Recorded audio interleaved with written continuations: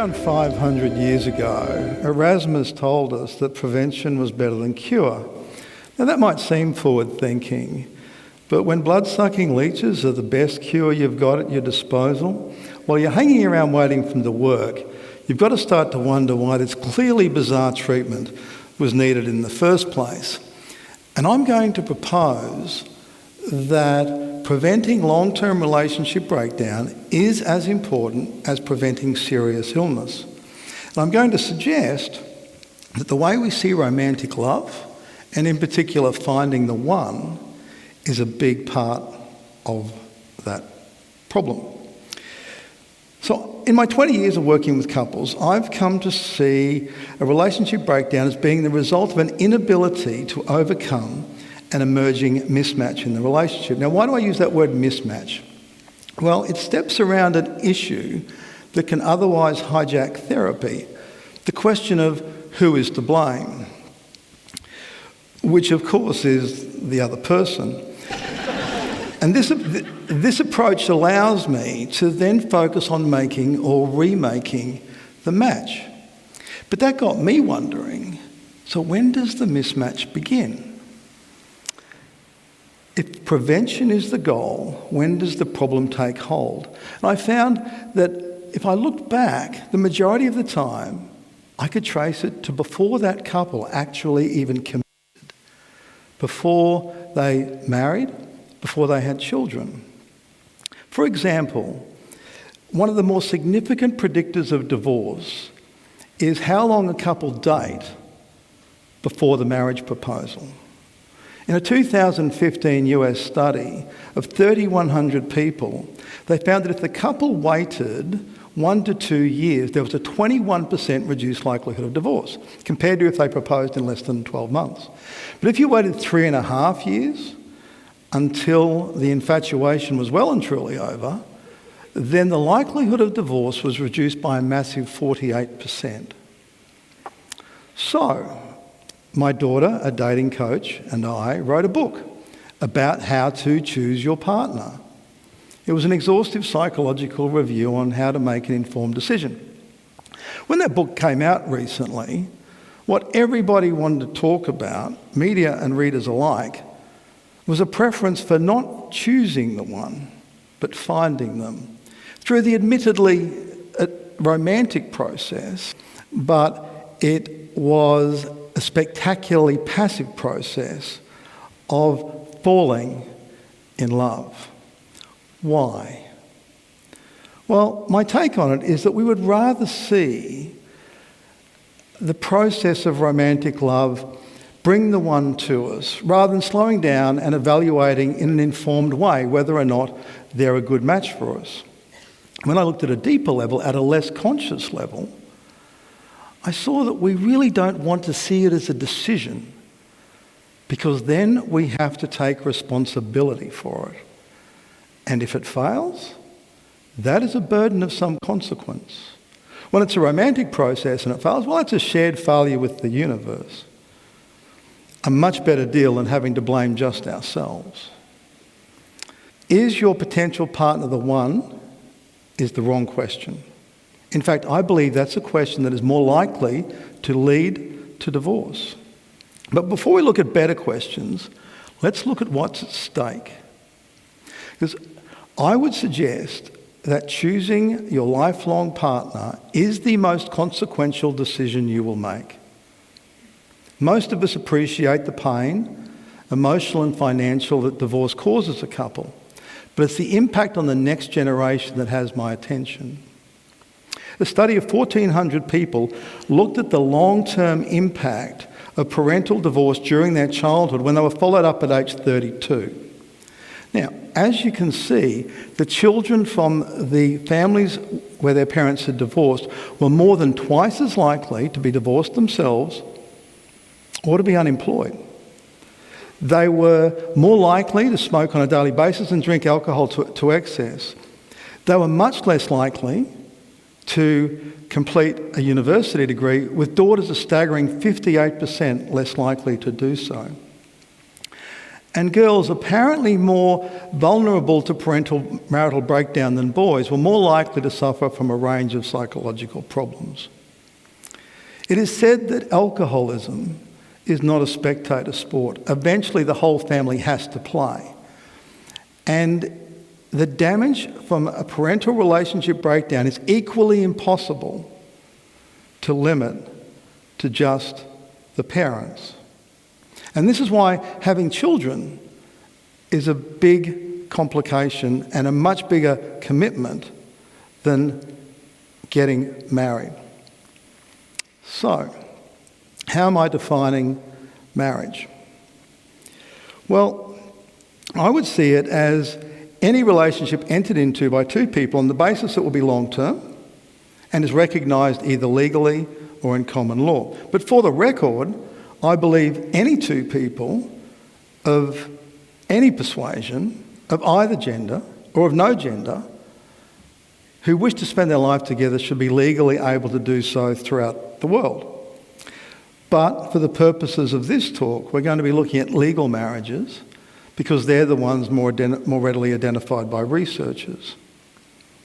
Now that definition of course includes arranged marriages. For those of us who've grown up with love marriages and romantic love, we see that as the normal way of things. I think I can predict that most of you here had parents who chose each other on the basis of romantic love. I think I can more confidently predict that you're probably not going to get those very same parents to choose your marital partner, a partner who you might meet for the first time on the day of your marriage, unless of course they're producers of reality TV shows. But despite our sense that a love marriage is the norm, by a slight majority, from a global perspective, a marriage today is more likely to be arranged than not. Moreover, for 95% of recorded history, arranged marriages have been the norm for the entire planet.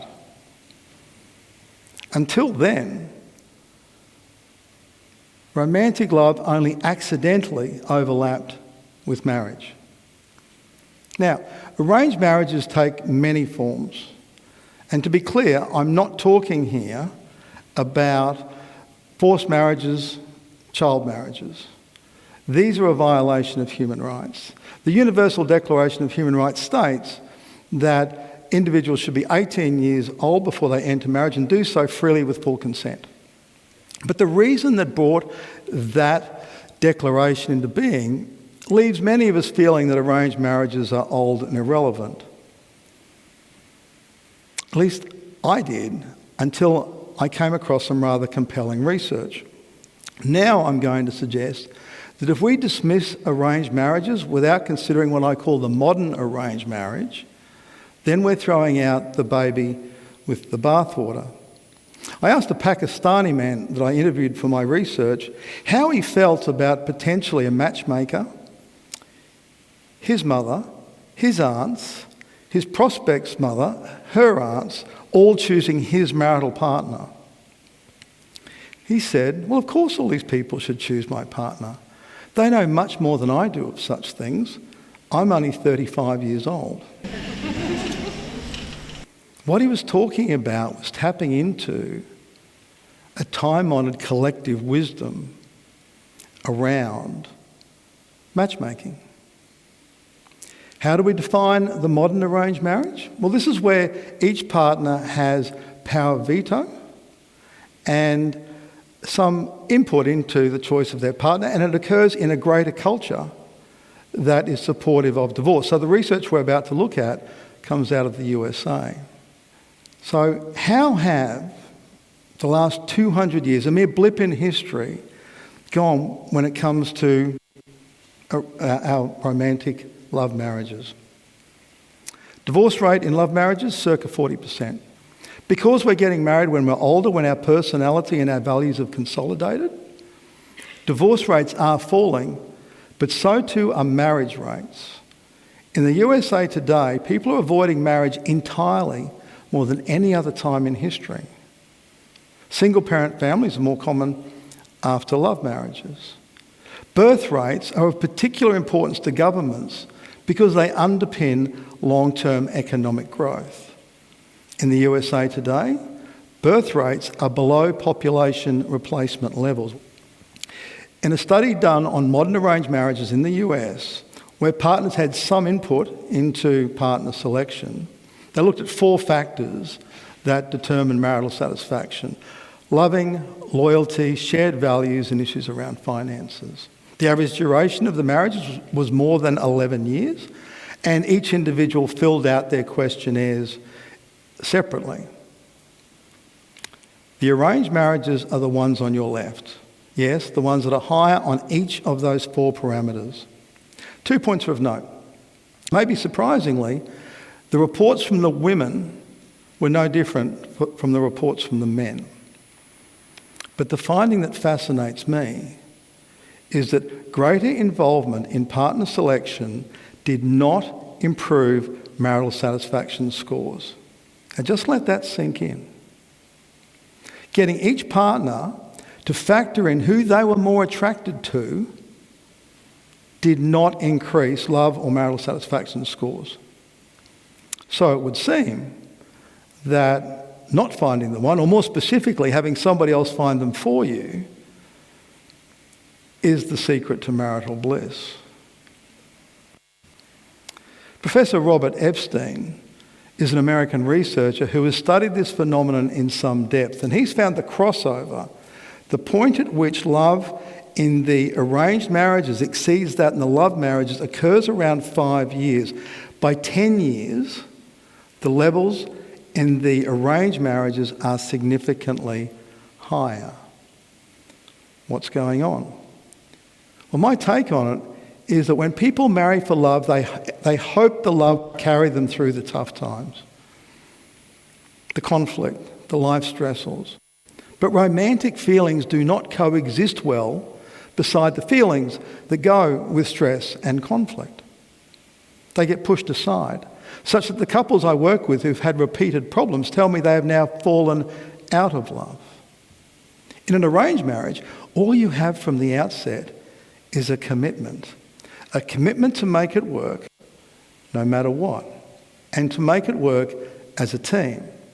The lack of romantic feeling at these times is not only of no surprise to them, it is of little concern to them. Commitment carries you through the tough times, romantic love not so much. So, what do we find if we study the modern arranged marriages to find how they build love over time? This takes us back to Epstein's work. He and his co-workers undertook a number of studies to answer that question. In one particular study, they looked at 35 factors that could build love over time. Here are the top 5. Nothing conveys love more than making sacrifices for your partner. Now, I'm not suggesting that we return to arranged marriages, but I do think they have something to teach us. Allow me to reduce this research down, along with my clinical experience, to one sentence. My definition of true love that I believe underpins successful long-term relationships. True love is the feeling of being fully accepted by another who is committed to nurturing both your personal growth and their own. Now, of course, to effectively nurture somebody's personal growth, you have to be empathically interested in where they are on both a day-by-day basis and in the longer term. Equally importantly, we have to take responsibility for our own personal growth. You cannot rely on your partner to meet all of your needs. It does take a village to grow an adult. In conclusion, I know people fall head over heels in love, feeling they have found the one. Judgment-free. If you're young and you just want to fall in love, then do that. You want to get married when you're older anyway. And when it happens, enjoy the hell out of it while it lasts. But please, please remember, you do not have to marry them. Or with much greater finality, have children with them. That's why contraception was invented. Instead of asking, are they the one? Ask 2 questions of each of you. Do I accept my partner despite their shortcomings? Do I commit to nurture them, to achieve what is important to them? And likewise, do they accept me and do they commit to me? All you need is 4 yeses. Thank you.